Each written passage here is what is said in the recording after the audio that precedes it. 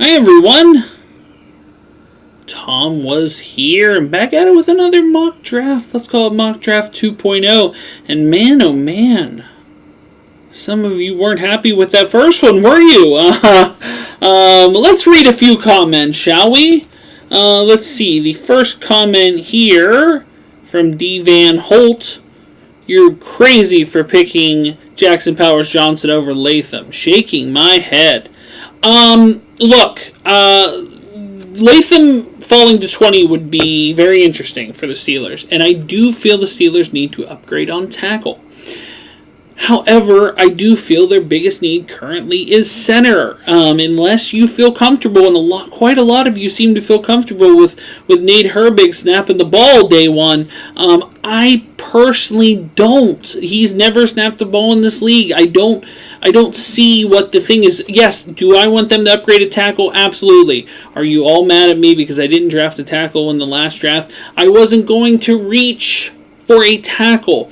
Every round other than the first, tackles weren't there. If you want me to dip down into later rounds just to pick up a tackle just to appease, but when you get into those later rounds, you're not going to find a starting tackle. Sure, you might find depth, but isn't it fair that there's more tackle free agency players or more tackles that would be available via trade than there are centers currently available in free agency or trade? I personally think so. That's why I picked Jackson Powers Johnson, because I feel he's their top need. So, okay, that's that out of the way. Now, who trades for future picks and mock simulators? You're here for now, right now. Agreed. I didn't make any trades in that first one, but even if I do make trades, it'd be kind of silly to be trading based on the future because you're doing this for fun. You're doing this based on this year.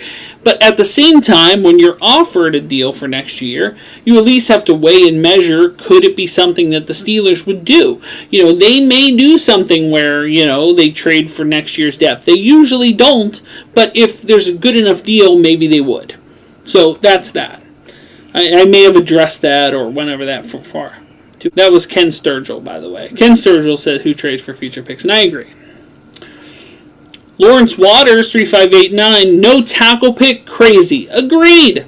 I feel that's one of their top needs in this draft. However, other than the first round, I didn't see the value in those later rounds. I could have reached for a tackle. I could have dipped down into the well layers of this pick. However, you could say, and you'd be right in this regard, that you're basing your opinion based on how NFL mock draft database ranks these players and not necessarily how they're ranked in real life. And I agree with you. I do feel they're going to get a tackle. I do feel they're getting a tackle early. I don't know how early, but I do know early. I do think they do want to shore up the O-line, especially for the 1 year that they have all three quarterbacks. But at the same time, if they struck out on a tackle, as mentioned before, I do feel there's more of a value in tackle. There are more players available via free agency, via trade, at the tackle position than there are at the center position. Which is why, even though they have struck out on tackle in Mock Draft 1.0, they're going to get one before the start of the league year. Either via trade, either via free agency. It's going to happen. But I think they're going to try to draft one. Dan, MO4EK, a safety over a tackle. We have 3 already. Dan, agreed. But understand, the Steelers run 3 safety sets a lot of the times defensively. And the Steelers have had quite a few injuries at the safety position, and it's been a revolving door. Mika was out most of the year. You had Keanu Neal, he got injured. How much safety depth you need, I can tell you this. Drafting in the 5th, 6th round safeties like they have been the last couple years, or like some undrafted or UFL, XFL, USFL guy to come in and hope he's going to shore up the safety position may not be the best play here. Maybe you need a mid-round safety. And I do feel that value for Kitchens in that 3rd round when I drafted it was the better play. But you can argue with me, and I accept that criticism. Fuzzy Monkey, my man. That was amateur at best. And your voice makes me like those terrible picks even more. Well, I'm glad my dulcety tones and my voice actually warmed you up to the picks that you called amateur and you said were terrible. But I kid on Fuzzy Monkey. We actually had a nice back and forth about who he felt would have been better. He calls Jackson Power Johnson the third best center in this draft. I humbly disagree. I think he's the most NFL-ready center in the draft, and he said Barton or Latham would have been a better pick, and maybe he's right. Time will ultimately tell. But, either way, that even though we had the nice back and forth, that doesn't mean he likes my voice any better. I think he wanted to say that the terrible picks with my voice make them even worse. I didn't pick my voice. I'm not particularly thrilled with my voice either, and I have to live with it. Sorry, Fuzzy Monkey, you feel that way. There's a big YouTube world out there, and a lot of channels that do Steelers mocks. If you don't like my voice, find another one. That's fine. So the general consensus is Steelers Nation, or everybody so far, has decided that they want tackle more than they want center. Surprising to me, I sure enough I want them to take a tackle. But I do feel center is their most pressing need. But I've heard you, Steelers Nation, I've heard you. And in this mock draft, should a tackle fall, or a tackle be available at 20, I'm going to go tackle for you, because I think that's what you want. So let's get into it.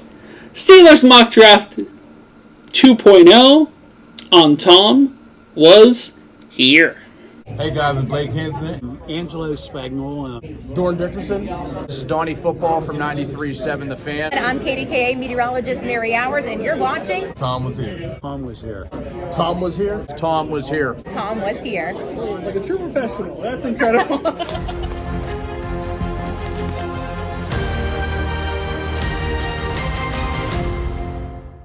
Okay. All right. Steelers Mock Draft 2.0, I've heard you in the comments. You're very upset. You demand tackle. You must have tackle. But we'll see how this all shakes out. Let's boogie. Once again, Caleb Williams is not going to the Bears at 1, which is almost a lock. Okay. 3 trade offers on the board. We have to address them first. Let's see. The Jets, 4th round. No, they didn't even give us a 1st round back. Get out of here. Jets is a terrible offer, and you should be ashamed of yourself. Same thing, Ravens. A 3 and a 4 this year for a 2025 2 and 6 year. No. no. And once again, look at these terrible offers. Now, don't get me wrong, Kansas City's offering us a 2, a 3, a 4, and a 7, but that's all next year, not this year. And unfortunately, since no one wants to play ball this year, I'm going to make the pick. Now, I was willing, if a trade was right, to make a potential trade, but it just ain't here for me in round 1. Now, here we go. Yet again, Brock Bowers is sitting there. And, ooh, okay, are we some very interesting things. Okay, so Fashanu, the tackle from Penn State, Latham, the tackle from Alabama, still sitting here. Tackles galore. Cooper DeJean, there's been talk of that. There's been talk of Mims. Now, I have great concern about Mims, because Mims has been off injured, and Mims apparently only has 8 starts. Yet a lot of people are saying Mims is the pick, and he's guaranteed he's the pick. I would have concerns if he's the pick. Don't get me wrong, I want to tackle. I want to tackle like you want to tackle. We got Kool-Aid here. Graham Barton's here. You know what I don't see here is Jackson Powers Johnson, which is the guy I took in my mock draft 1.0 in the 1st round. And since he's not here, and since I said I was going to get you a tackle, I think it's pretty hard to pass up a guy that is ranked in the top 14th ranked guy here at 20 because of that value. So I'm going to take Fashanu from Penn State. Are we happy now that I took a tackle here? Are we feeling good? Now, maybe you want to say Latham. Do you want to say Latham over that? But I see Barton sitting down there. They have him ranked as interior offensive lineman. He's played a lot of positions. The problem I have with Barton is that Barton has not played exclusively center, even though they're saying he'll be a center in the draft. He's didn't play center all last year. So, kind of concerned about that. But anyway, Fishwanu, I hope I pronounced that right, is the pick. Okay, let's see how the rest of this goes.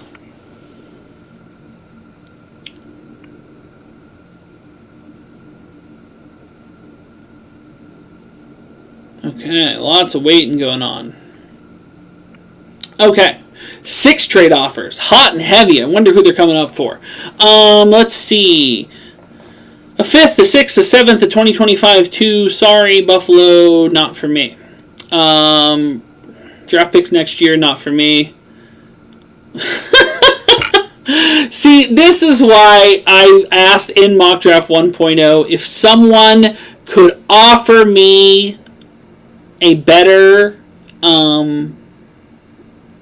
draft database than this, a better mock drafter than this without having to pay money. This trade, unless LA is after the moon and the stars and the sun, they want to move 1 spot. In order to move 1 spot, they're giving me the rest of their entire draft. That's stupid. That doesn't make any sense. I'm not going to accept it, but anybody in the world would accept this if this was an actual offer. However, I assume the GM for the Rams is drunk, and he's not actually willing to make that offer, so I'm passing on it. But yes, of course I would take the rest of their draft, which include 1 pick down, 2 threes, a 5, 6, and 7. No one would make this offer. This is a dumb offer, and this makes me not like NFL Mock Draft Database because of it. Okay, then, look, once again, here's another one. Even though they want to drop me from 2nd to 7th, they're offering me a 2, a 4, a 5, and it's all this draft picks for, what? For next year. Silly. Now, this is even that, a 3 and a 4 and a 2 next year. So, I mean, there's a lot of, once again, 3, 6, 7. There's so many picks involved. You don't need that much ammo to move up here. Okay, none of these are doing it for me. And see, I drafted your tackle, and sure enough, here's another tackle sitting here at the top spot. Now that's interesting. I'll tell you what's not sitting up here is a center. No centers to be had, and this is the concern that all of you were so. You needed me to draft the tackle. You had for me to draft the tackle. Draft the tackle. Draft the tackle. I don't know why you didn't draft tackle. Well, I drafted a tackle. Now, Nick Herbig's centering the ball. Unless you figure something out between now and thing. Because if there's a center later in the draft, they're certainly not starting unless something surprising happens. So you're starting with Herbig. And that's a concern for me. Now, I could be eating these words. I could be on freezing cold takes. I could be someone that, maybe Herbig's the greatest center. Maybe he's the next great center we have. But I haven't seen any evidence of that. So I can't say that that's for sure. So I have to go based on the fact that he has no experience or no, starting experience recently at center. Or ever at center. At least in, the NFL. So, who's the pick now? Now it's open season. You for sure need a receiver. You need corners. A lot of the receivers are gone. You have Ricky Pearsall. There's Leggett. Javon Bullard, the safety from Georgia. There's Edgerrin Cooper, a linebacker. I think I'm going to say Kamari Lassiter here, the corner. Corner is a need, for sure. You need, we don't have a nickel corner currently, and you need a corner that, you got Dante Jackson, and, who knows what he can be here. He's had starter experience. He's been a mixed bag from what I've seen. He has the potential, but I think adding additional corners can't hurt in this regard. So I think I'm going to go Lassiter here, just based on how the board fell. Maybe Morgan if I went center in the first, but I didn't. So Lassiter's the pick.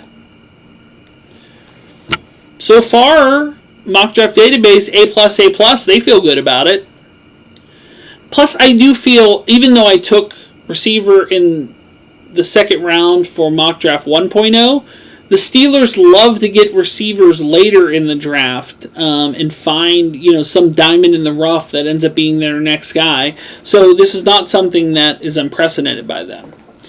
One trade offer, and it's not great. 5, a 7, a 2025 3, not for me. So even though I was open to trades, they're not here. Now, unlike mock draft 1.0, in every round now, I'm seeing a tackle at one of the top spots. That tackle has fallen more than any other one position has fallen here. Now, there's a couple guys that are interesting. I don't want to go too far down the list. You have Jalen Polk, the wide receiver of Washington. You have, a Mason Smith, defensive line. Here's Christian Haynes, interior offensive line. Not necessarily saying he's a center. Blake Corum, you have too many running backs, you don't need him. Spencer Rattler, the quarterback. Not seeing them do that. Jeremiah Trotter has been linked to the Steelers several times.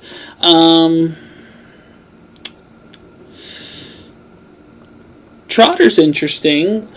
Could Trotter as another inside linebacker? Jalen McMillan, the receiver. I think I'm going to take Polk here. Just because, he's ranked barely second round, like right out of the second round, based on this board. They need receiver help. They need receiver help undeniably. Maybe even 2 receivers in this draft, or at least one other ad before free agency. They have been feverishly working on either a Brendan Ayuk trade, or, I've heard several other high-profile names that they've been working on trades for. And then, it came out a report this week that, they were talking about potentially trading for T. Higgins. Do we really think the Bengals are going to entertain offers for T. Higgins from a division rival? Also, then I saw the report was from Andrew Filipponi, who's a proven idiot, who basically just says stuff to get people to retweet and just put his name out there more, so he could say anything. He comes from the Skip Bayless school of say anything, insult your team and they'll retweet, praise your team and they'll retweet, say outlandish things and they'll retweet just to get your name out there more. So I'm not buying them going after T. Higgins, but I don't know, maybe you can only throw so many darts at a board, maybe potentially they are. But let's say Jalen Polk, the wide receiver from Washington, and we'll make the pick here. Happy that we got a guy that, fell much further. Okay, hey, A+ across the board. We're feeling good about that. Now, I'm not necessarily have to pick necessarily the top guy that they offer, but sometimes the top guy that they offer is, sometimes he's what you need. And, I was willing to entertain to go down, but I do feel that if the value's there, you take it. Okay, 3 trade offers. This one is interesting. You're dropping from 3.98 to 109. So you're dropping some spots, you're gaining a 6th. Not bad. Here's another one. You're dropping a few more spots and gaining a 6th. And dropping all the way from 3 to 5, but gaining a 4th and a 6th next year. Not like super enchanted by any of those. So that's fun. Ooh, Trotter's still there, isn't he? You know what? Let me explain something to you about the Steelers that I well know. The Steelers love bloodlines. They are leading the league in many categories, including siblings, and they do lead the league in relations to former football players. They love this thing. They love that. They can't get enough of it. So even though it's kind of tempting to take a Spencer Rattler here, just to see what he has. He was always mocked to be the top guy for many years, and then kind of fell off into this like mid-round guy.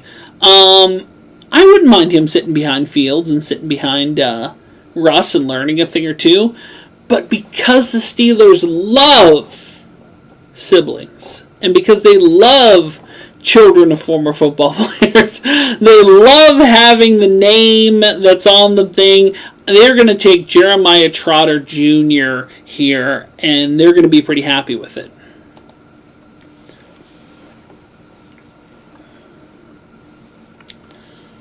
Now, if Rattler fell again... Oh, no, Rattler just went. I was going to say, if Rattler fell again... Okay, one trade offer, and it's all next year. Sorry, Jacksonville. I can't wait till next year. I have a QB room filled with guys that are on one-year deal. I can't do next year. But now, wait a minute. Here is Cedric Van Pran, the center from Georgia. And there's been some concern about him necessarily. Maybe he's not necessarily as good as some of the other guys. He's kind of taken the hit on the draft boards a little bit. He was initially, potential second round, third round guy. Here he is available in the fourth. And you know what? We haven't taken a center yet, and at the very least, depth. Chance that, he overtakes Herbig for the top spot. There's always a chance. But since he's still sitting here, and we feel pretty good about hitting all the needs we needed to, Cedric Van Pran is the pick in the fourth round, and I think the Steelers would run that card up at that point. Even if you don't feel he's necessarily your center of the future, he's certainly your center depth of the future. And I think potential chance to be center. I think that can be done. I'll take it. Van Pran it is. Once again, I'm not pretending to choose the top spot each time, but it just seems that's how the board's falling. Okay, what do we pick again? We don't pick till 178, so a lot of names are going to fall off this board at this point till we get to 178.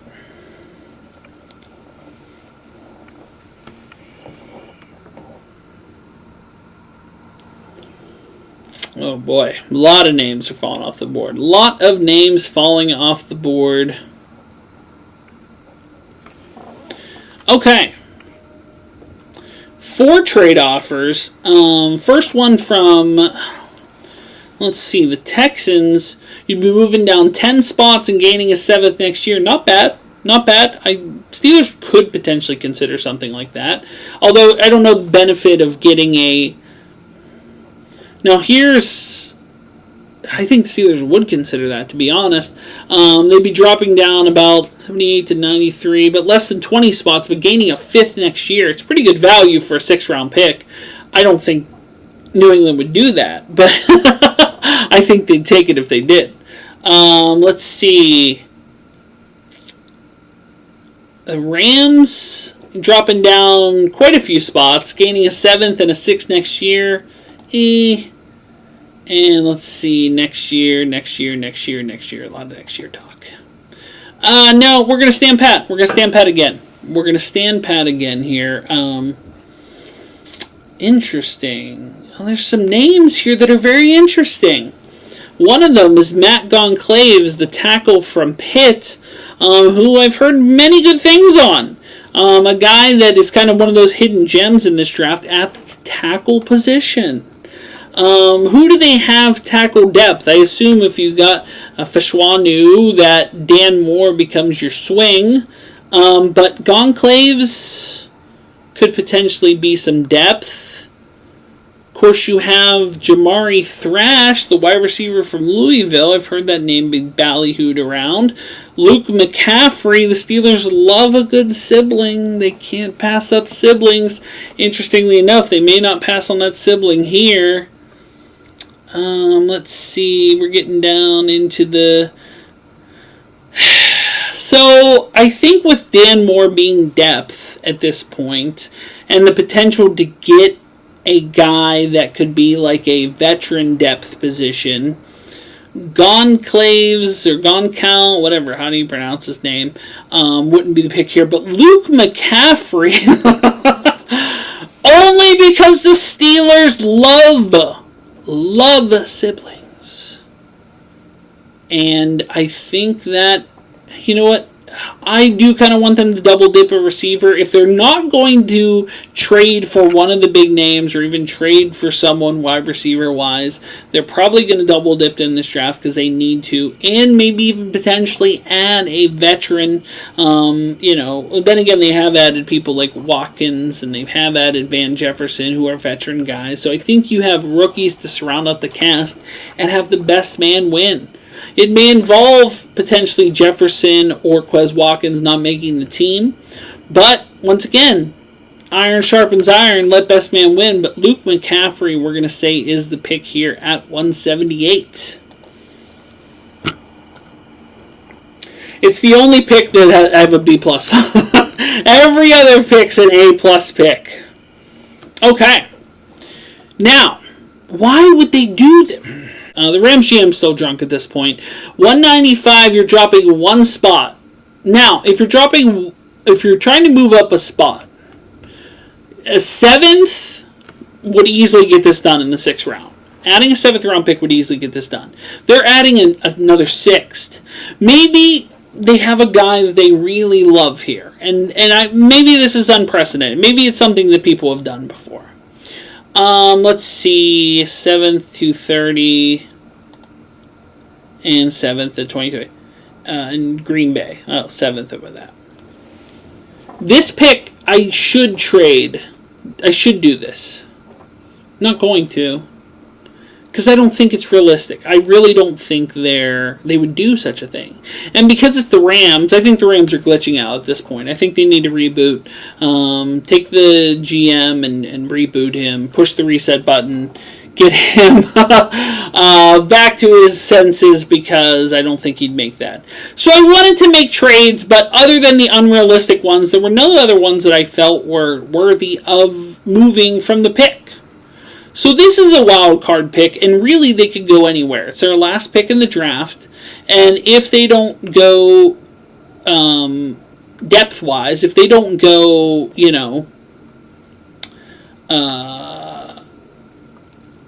if they don't trade back in this draft, then I see a couple very interesting names here.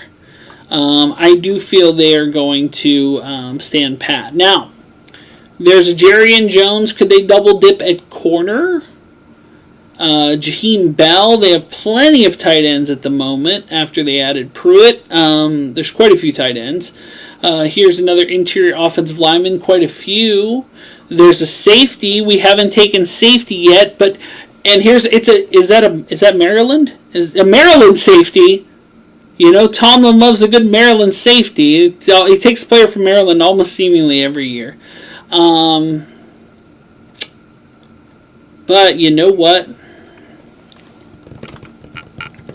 The whole team's quarterback room is on a 1-year deal. And here's a Joe Milton sitting here, the quarterback from Tennessee. Maybe it's someone you want learning behind there, someone that can push Allen, maybe out of the spot. Not necessarily a camp arm if he can beat Allen for that last spot.